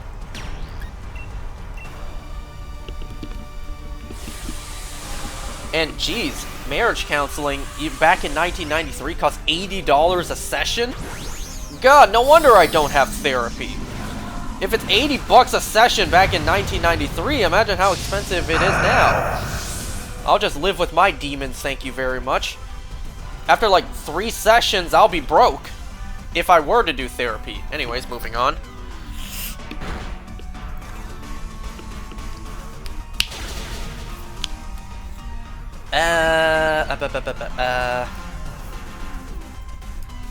So, let's see. Over at school, hey, we have the unhinged teacher again, Mr. George. That was his name. So, Mr. George is trying his best in life, trying to teach his class, do his job. Couple of, you know, mean girls, couple of high school bitches. They're laughing, so Mr. George is there something you'd like to share with the class? And these mean high school girls are just teasing the teacher, making fun of him. They're just like, is your pants a little too big, Mr. George? So then Mr. George just goes off the rails, like he did in the first episode, or the second, whichever it was. He just goes off the rails again. He's just like, yeah, these pants are a little too big. Why? Because they were my father's. Why am I wearing my dead father's pants? Well, that's because I just moved back in with my mother. And then he just keeps on going on about, like, my ex-wife, she wanted either eye contact or an erection. And, you know, silly me, I chose the erection. I mean, I had a 50-50 shot. So now that my ex-wife has no respect for me anymore, I moved back in with my mom. He just went off the rails again. To the point where the principal shows up and calls him aside. Before Mr. George leaves to meet with the principal, he's just like, huh, wonder what this could be. Class, please read pages whatever to whatever. And he's just like, ah, you know what, who cares? I don't. Flips off the class before he leaves. The principal, she's just like, well, that's enough trauma dumping for one day. Why don't you all head back home early? Why don't you take the rest of the day off, kids? So, hey, John and Ted, they have an afternoon off. They do some street hockey. It's during street hockey that John asks Ted, hey, do you think Blair was right? Do you think my parents really do have a bad marriage? And then Ted's just like, I don't know. That's asking questions. I could ask questions like, where did you find teddy bear-sized hockey equipment? That's actually a very good question. Where did John find hockey equipment that is the right size for a teddy bear to wear? That's a very good question. Well, at the same time, oh my god. Yo! Wigglytuff just took us all out!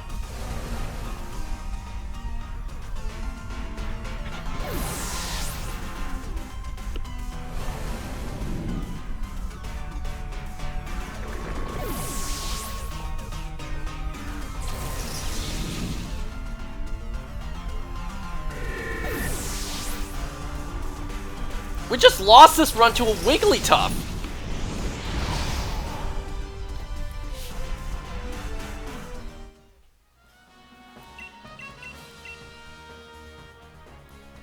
Anyway, so we see Maddie and Susan pull up very disappointingly, so it seems like something bad happened.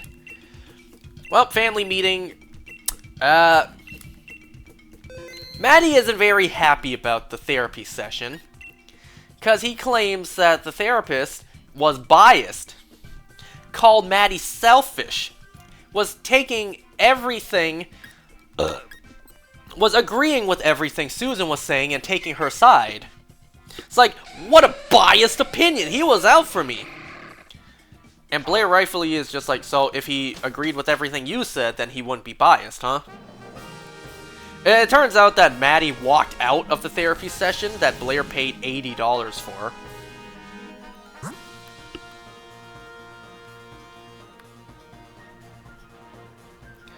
So, Maddie suggests we need someone neutral to be our therapist. Kind of like Ted. Ted is pretty neutral. So, you know, Ted actually agrees to be their therapist. Like, play therapist. He puts on a suit and glasses, where Blair's even like, you know, putting on the suit was unnecessary, right?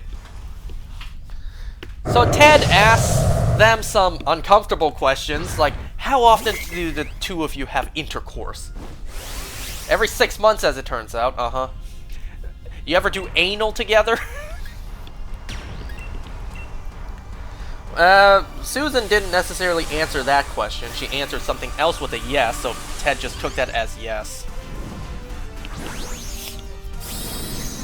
So Ted asks, what attracted you to each other initially?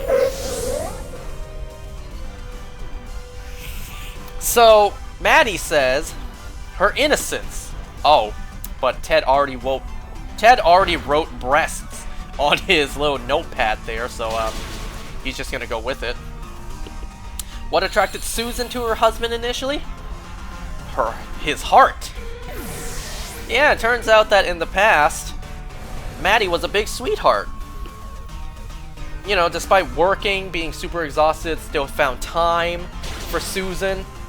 He, like, according to Susan, gave her a flower while, like, dancing on the lawn together, like slow dancing, which, you know, does sound romantic.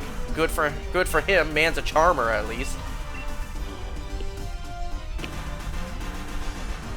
But then it's actually revealed that Susan, she wanted to be a teacher initially. Initially, she did want to be a teacher. But she gave up on her dreams because she is now a housewife.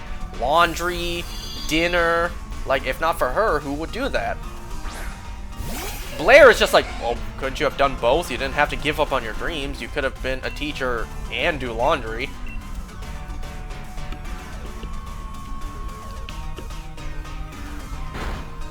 And yeah, that's kind of true, but whatever.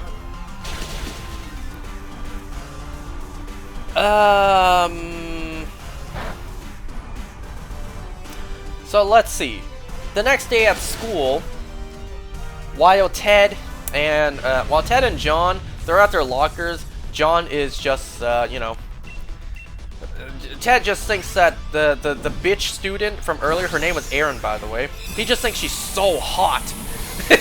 and John is just like, man, she's so beautiful. I'd let her jerk me off if she wanted to. What the hell? Ted's just like, why don't you go tell her that? Why don't you go talk to her and tell her that? No way. Ted just says, she's probably thinking about it now, talking to all her friends. Oh, that guy John, I wish he would let me make him climax. Like, what the fuck? What kind of conversation is this? Anyways, two of the background characters we saw a couple episodes ago approach John and Ted, telling them, hey, Mr. George, did you hear what happened? He got fired. So, what now? Is there going to be a sub or something? It's like, yeah, they're trying to find a replacement. And they actually came up with the idea, hey, we have someone in mind. What about, John, what about your mother? She always wanted to be a teacher. So they go to the principal to pitch the idea for John's mother to start working as a teacher. So the principal asks, does your mother have any prior teaching experience? No, but she is certified. The principal is a little on edge, not on edge, but like a little iffy on hiring Susan Bennett as a replacement teacher. So Ted offers the principal a deal. It's like, look, you hire, wow, voice crack. You hire her, and I will ask a question at the next assembly on drugs. And then they made such a big deal about it. Teddy, no, that's too far. This is for Susan. Anything is for Susan. Even the principal's like, nobody ever asks a question during assemblies. And you're saying that you will, the next time we have an assembly on drug safety. Yes, I will ask a question when they ask, does anyone have any questions? No one has ever asked a question at a drug safety assembly at school. And you're saying you will, yes, if you hire John's mother to be a teacher. You have yourself a deal, Ted. Why is that actually true? Nobody asks stuff like that. Back during school assemblies when they asked, does anyone have any questions? Not a soul would ask a question. It's at this point like, why even bother asking them? You know damn well no one's gonna raise their hand and actually ask something.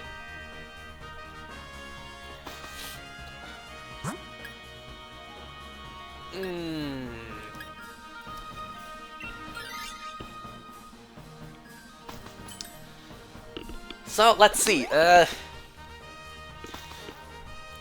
Back to nighttime. Ted and John are pitching their idea to Blair about that Mesh Out song. How it's a song not about the thing it's based on, which is based on the song. So they're pretty much pitching to Blair like, we need $2,000 to actually record this song. And then, once we do that and release it, we'll be rich! But Blair's just like, no one in 1993 cares about a song like that. Don't you guys listen to hip-hop? Well, in comes Susan, and Susan actually is like, I just got off the phone with your school's principal, John. She wants to hire me as a teacher there. And she tells me it was your idea? You know, Susan's so happy. She's so giddy with excitement. She just says, I'm gonna go down to the basement and soak my feet on the carpet.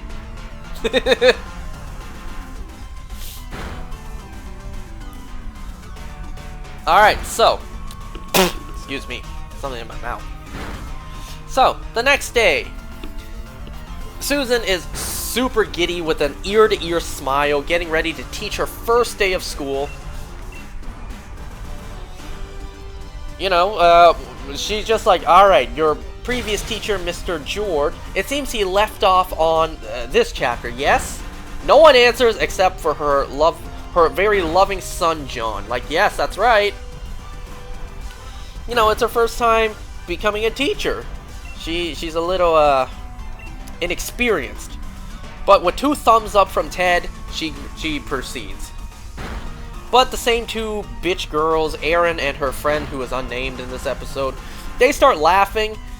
And then when Susan asks what's going on, they're just like, did you pick out that skirt yourself? Because I think the pattern is the same thing on my grandma's curtains.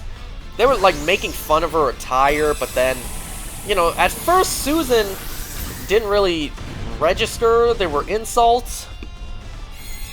And then eventually when Susan did understand that the girls were insulting her, you know, Ted steps in, John and Ted steps in to defend their mother. And then and then Ted just rips this girl a new one. Roasts the ever-living hell out of her. It's like, holy hell, Ted. Like, Ted just goes in on this girl. Ted just goes like, hey, Erin, we all know about the nose job you had done last year. You know, you tried to play it off, but it's very obvious that it was a bad nose job. Also, we all know that your dad is really your uncle, too. And that will probably explain why you're such a mess-up. Like, just roasting her non-stop. Something about, like, we all know that you're still a virgin, despite the fact that you keep lying about the fact that you're not. And, you know, maybe you can, we know you constantly throw up in the bathroom to keep your figure slim. So maybe you could blow that boyfriend of yours so that way you have something going down your throat besides your fingers. Like, holy shit! Ted just destroyed this girl to the point she runs out of the classroom crying. And even I'm just like, damn, maybe that was a bit far. Even John steps up and says, like, Jesus Christ, Ted, what the hell?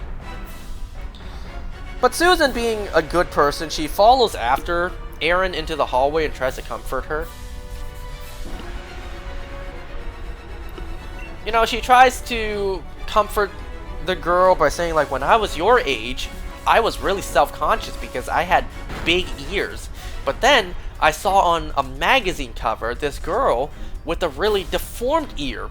Almost looked like a piece of popcorn. And to this day, I hope that girl from the magazine has a job that doesn't need her to be around people. Erin's just like, that's fucked up. That entire story, every bit of it is fucked up. Susan just says, you know, like, you are perfect the way you are. I'm sure your parents tell you that all the time. Erin just goes, no, actually my parents don't really pay that much attention to me. They're really just focused on my brother's stupid murder. Oh. What? It's like, you have a daughter too? It's like, oh.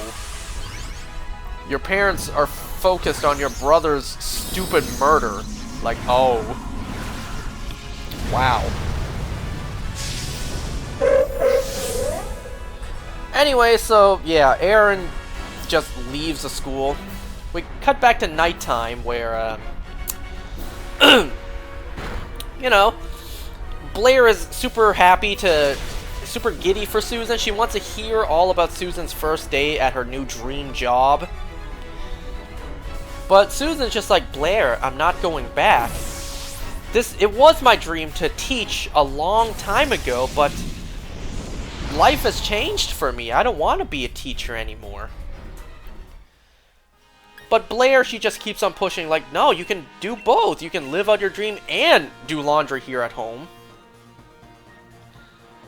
But for the first time ever, Susan actually raises her voice and stands up for herself. She's just like, no, Blair, I don't want to do this anymore.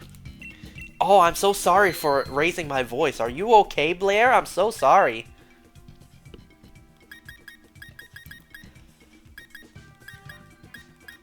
Why am I even contemplating what to pick? Obviously, I should pick the ground type. Well, Maddie shows up with an injury. Actually, first of all, Ted just reassures to Susan. By the way, when I said all that stuff to Erin, I did not know that her brother was murdered. So Maddie comes home with, like, a toe injury. And, you know, Susan is perfectly content with the way her life is right now. She's perfectly fine and happy with being a housewife, laundry, dinner, and tending to her husband's wounds. So, as long as she's happy, right?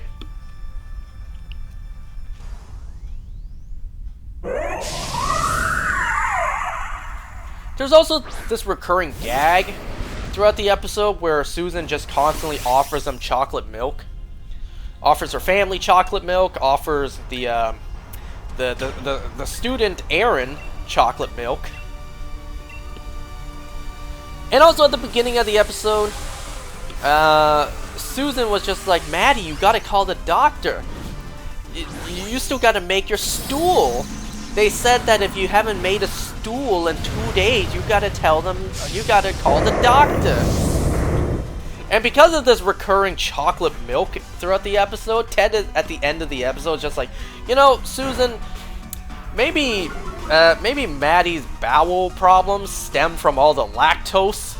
Just gets cut off before he can even finish telling Susan.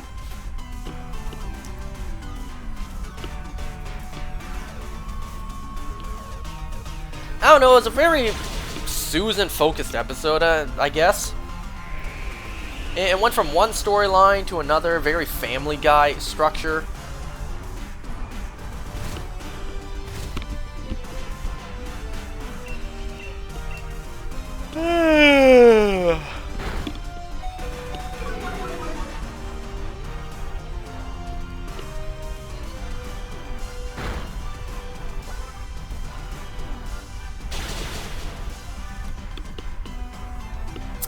Alright, so, next time, we'll have another episode of Ted to talk to. We will have...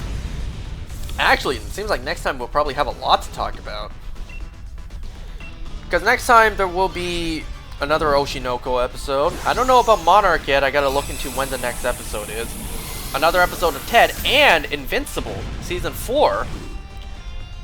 A lot of good stuff, And like I said, Ready or Not 2 is about to come out in theaters. Lots and lots and lots of good stuff. And actually, we are 1 week away from Daredevil Born Again Season 2. Exactly 1 week away. The long-awaited return of Jessica Jones as well.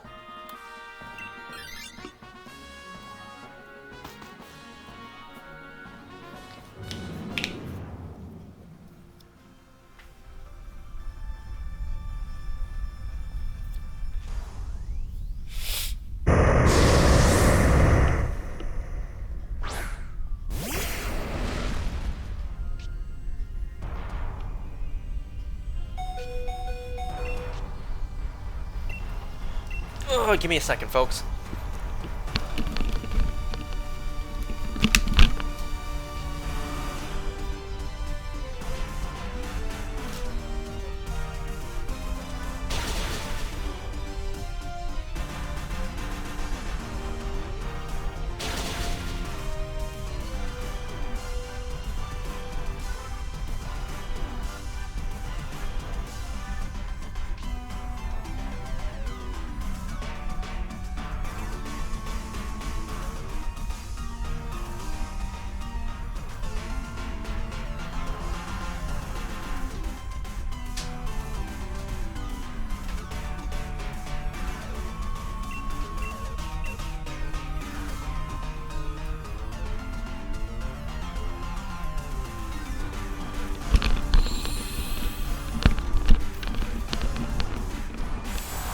Okay, I'm back.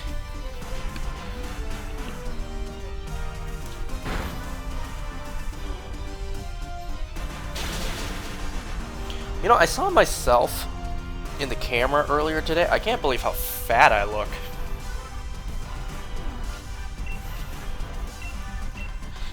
You know, sometimes when you see yourself, well, not necessarily in the mirror, like you look at a picture of yourself or you look at yourself through a camera, you realize, damn, I can't believe how fat I look.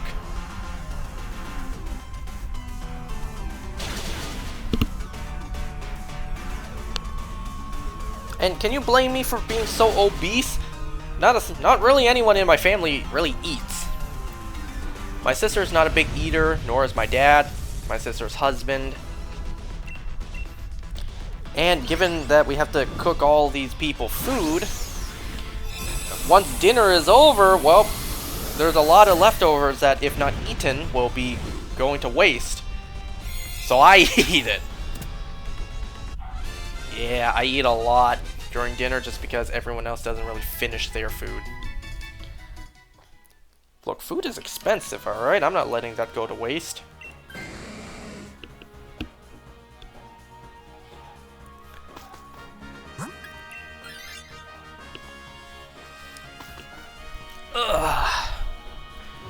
I think I got one more run in me after this one, and then I'll call it for tonight.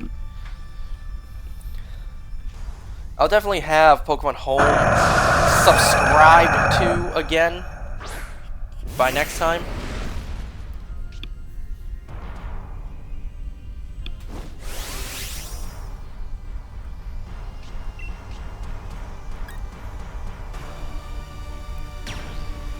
Do I want? Sure, I'll Dynamax. You know, earlier today, my sister, she went out to get her nails done, and she asked me, do you have a $100 bill? She walked right into my room and asked, where's all your red pocket money? And I'm just thinking, I haven't opened them yet. Probably took all my previous red pocket money anyways. Considering you went straight into my room to look for the red pocket money, tells me this isn't the first time you've done this.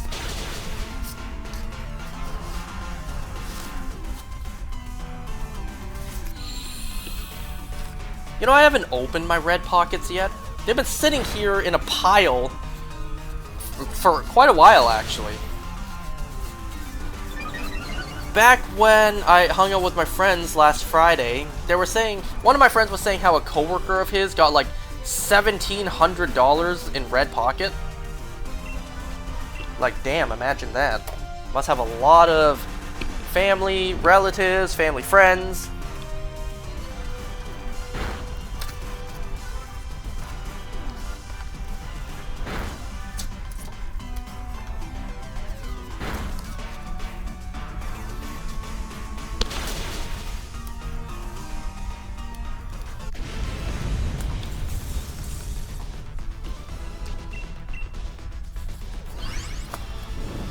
You know what I said to my friends about Chinese New Year? Yeah, Chinese New Year, where the most exciting aspect is the free money in the red pockets. You can really tell it's an Asian holiday, because you're excited about the red pocket money. And then I was jokingly telling them, because that's not what the holiday is meant to be about. The holiday is meant to be about praying to gods, asking for fortune and money.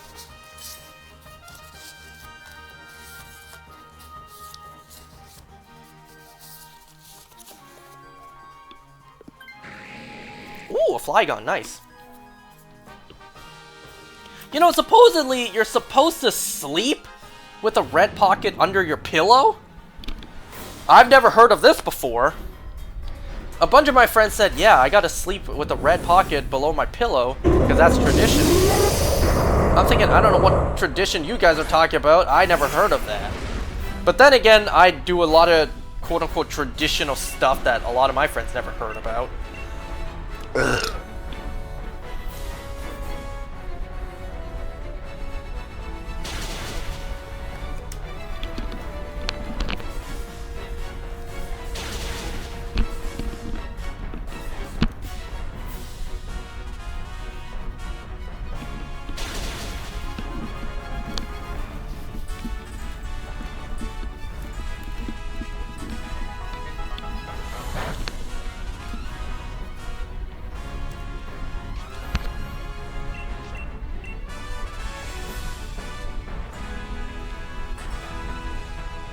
Nice, and Mud Slap will lower the chances of Heat Wave from landing.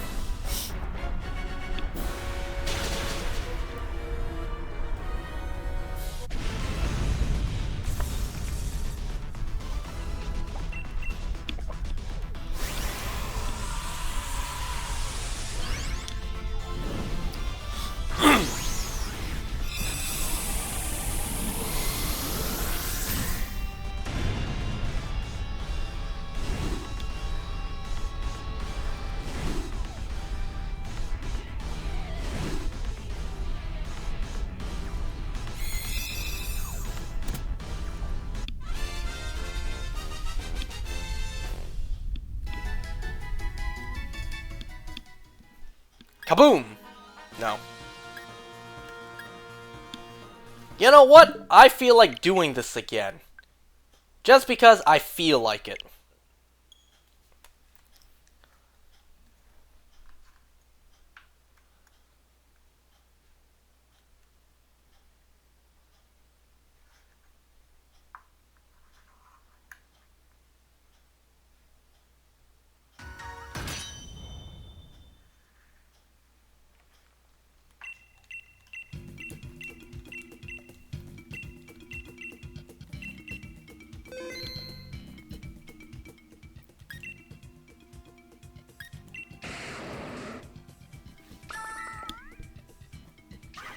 Well, this will be the last run for tonight, and then I'll call it.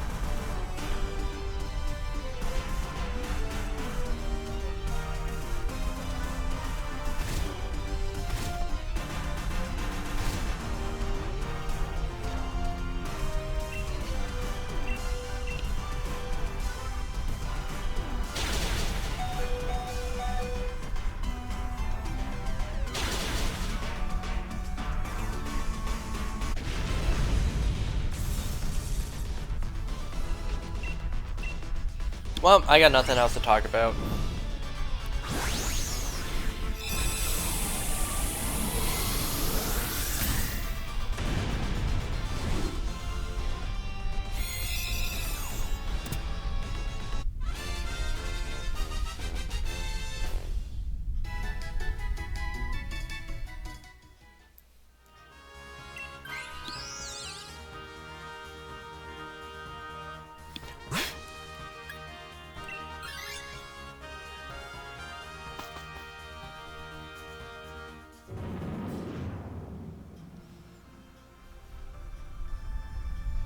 Something I gotta get ready for when Pokemon Home does update is the Pokemon Go postcards.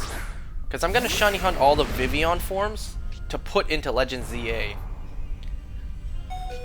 But I'm gonna have to research, like, I don't know off the top of my head where each location correlates.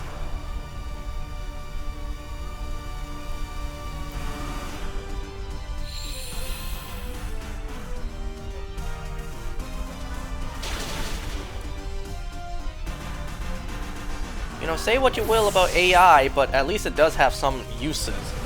Because, you know, instead of just, like, looking at a map, I can just receive one of the postcards in Pokemon Go and just put into ChatGPT. What Vivian form does this location of the world give me? And then I'll just write it down. Say what you will about AI, at least it does have some uses.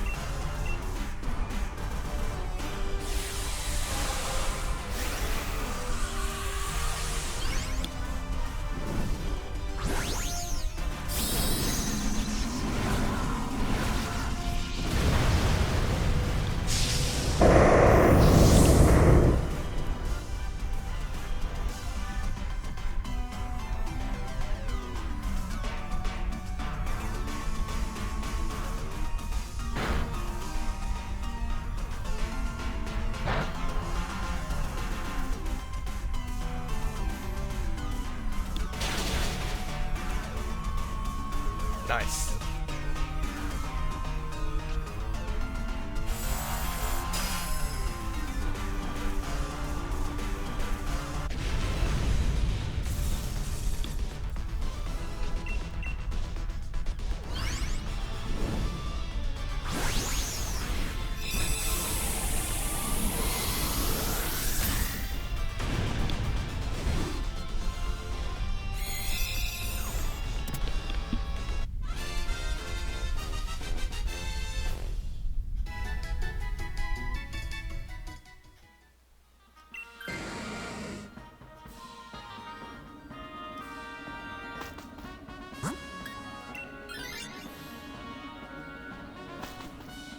Damn, you know, second run of this path, and we're doing pretty bad.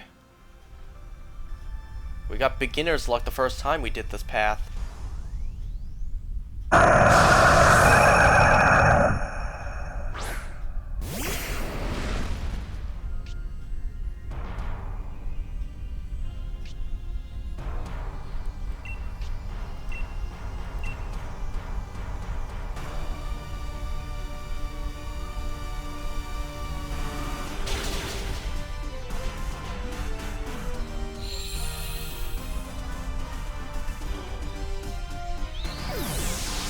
Wow, we're about to lose this freaking path.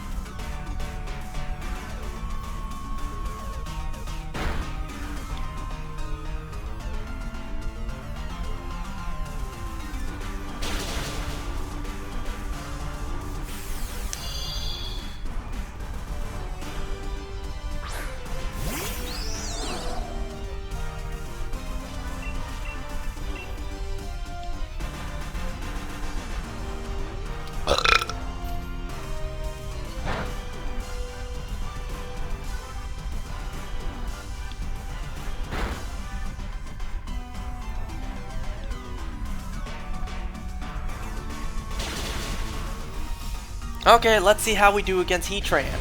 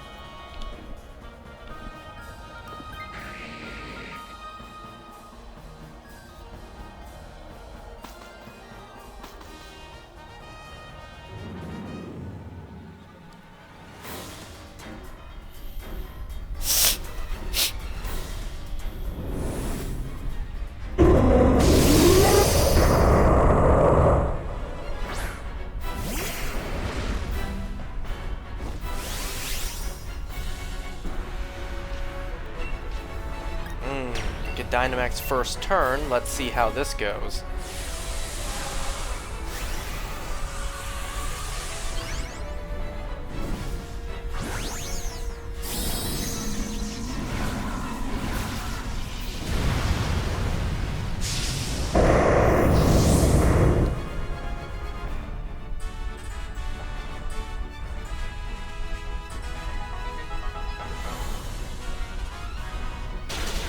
Fake Tears and Mud Slap is a good combo, but, you know, we only have one life left, so let's see.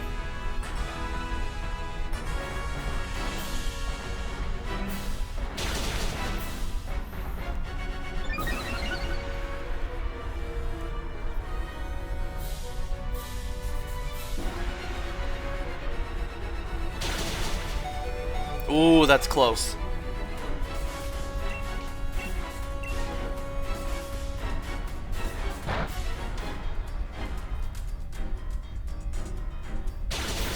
Nice! Mud Slap took this thing down. That was close. That was really close. If it was a crit on Rabombi, we would have lost.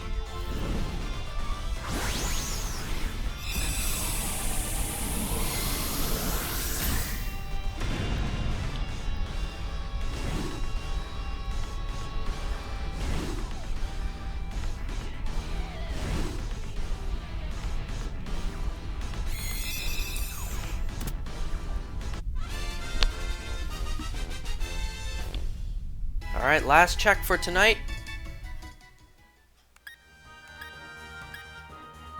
Nothing. I'm not going to keep this path.